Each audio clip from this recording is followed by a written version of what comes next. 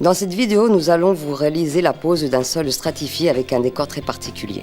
Mais avant de commencer, il faudra prendre en compte les éléments suivants. Le support doit être sain et rigide. Si d'autres types de revêtements sont présents tels que moquette, celle-ci doit être retirée. Il doit être bien plan, avec une tolérance de planéité de 2 mm.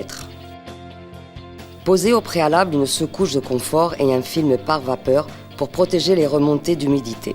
Si le film polyane n'est pas intégré à la sous-couche, il est indispensable de l'acheter séparément. Remontez le bord de la sous-couche et le film pare-vapeur de 6 cm sur le mur. Pour les pièces exposées à des liquides ou d'humidité, comme salle de bain et cuisine, il est nécessaire d'appliquer sur tous les joints de dilatation périphérique une colle anti-humidité pour empêcher les infiltrations. Et pour terminer votre installation, utilisez une plinthe résistante à l'humidité comme le profil de finition métallique. Nous allons réaliser une pose de revêtements stratifiés de décors originaux et uniques. Très facile à installer. Nous avons choisi une installation d'une salle de bain à 2 niveaux. Nous allons vous présenter une installation avec un béton gris dont la lame mesure 120 par 30, formant des carreaux de 60 par 30. Placez la première lame de façon que la rainure prise femelle reste vers l'extérieur et non vers l'intérieur du mur. Ce sol stratifié s'emboîte par le système fold-down, de sorte que nous devons utiliser une lame patron pour placer la première lame. Prenez la deuxième lame et glissez celle-ci sur la lame patron en approchant la partie courte au plus près de la lame précédente. Laissez retomber la lame et faites pression avec votre main ou aidez-vous d'une cale de frappe et un maillet jusqu'à ce que la lame s'emboîte parfaitement.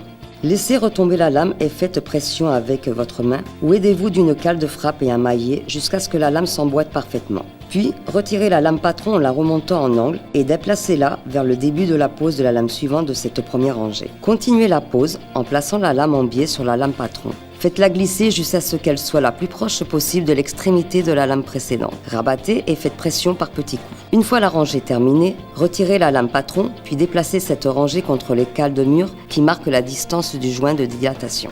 Arrivé en fin de rangée, retournez la dernière lame. Mesurez la distance entre la cale et la lame antérieure. Reportez la ligne de coupe à l'aide d'une équerre.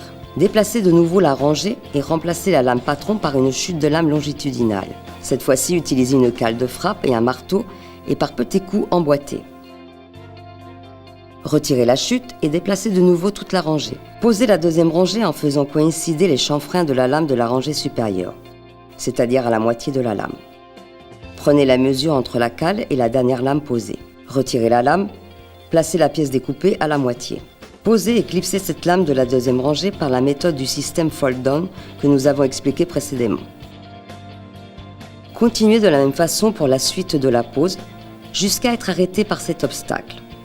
Disposez les cales sur les deux côtés. Mesurez la distance entre ces cales et les lames autant dans le sens longitudinal que transversal. Découpez la lame selon les mesures prises, puis emboîtez celle-ci par la méthode fold-down. Posez de la même façon le reste des lames coupées dans le sens longitudinal. Terminez la pose par une moulure de finition résistante à l'usure.